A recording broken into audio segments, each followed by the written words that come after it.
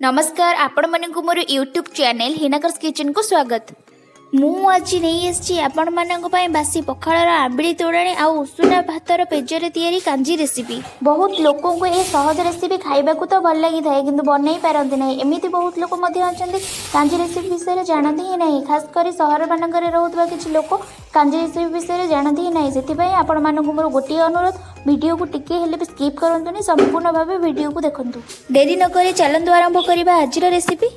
देखो कांजी करने आमको तार पूर्व दिन ठार प्रस्तुति आरंभ करिया पड़ी थाए। आपड़ जदि आज करने कांजी चाहूँगी आपण ता पूर्व दिन ठार आपण आंबिड़ी पखाड़ कर तोड़ाणी को गरम भातर पेजरे मिसेकी गोटे राति पूरा रखिने। तापर ता परदिन आपण कांजी तैयारी करें। तापर कांजी तैयारी करने प्रथमे मुझे दुईटी मूला को धोई नहीं काटे नेबी।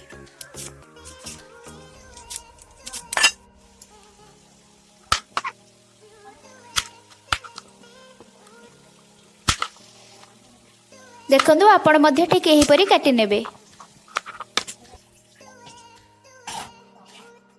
मूला दुईटी की काटी नहीं सारा पर गोटे प्रेसर कुकर को गरम कर नबा। पूर्व दिन मिसई रखिथिबा तोड़ाणी आ पेज को एथिरे देई दबा। यह 2 ରୁ 3 मिनिट फुटी गला पर आमे काटिकी रखिथिबा मूला को अबिका पकाइबा।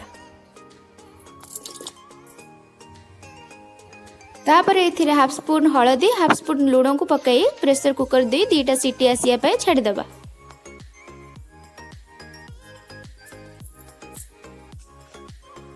एबे देखंतु मु कांजी को फुटेया कंचा लंका, रसुण, भृषंग पत्र, धनिया पत्र नहीं।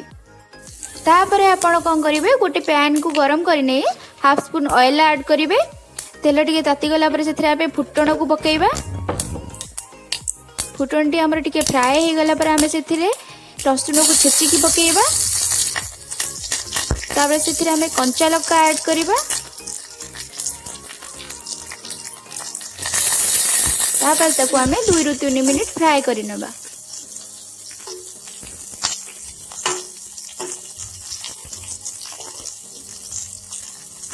एथिरे एबे भृषंग पत्र दे छुंको करि नबा।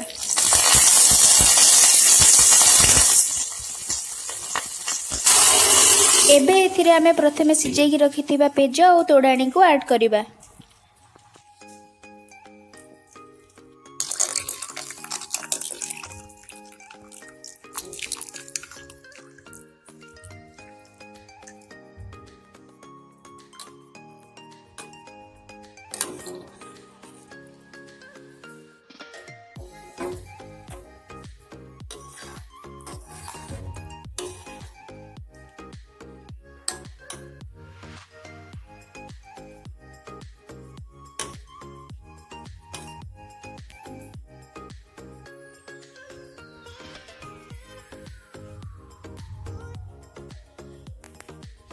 शेषर एबे धनिया पत्र को पकई आमे 5 ରୁ 7 मिनिट फुटिया पे छाड़ी दबा।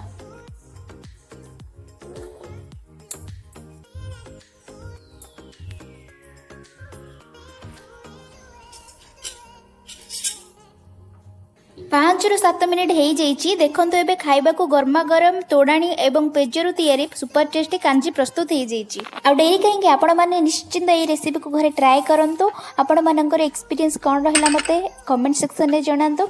जदि आपण मानक ये रेसिपी भल लगी थाए लाइक शेयर एंड सब्सक्राइब करने को बिल्कुल भूलिबेनी। रहुची नमस्कार।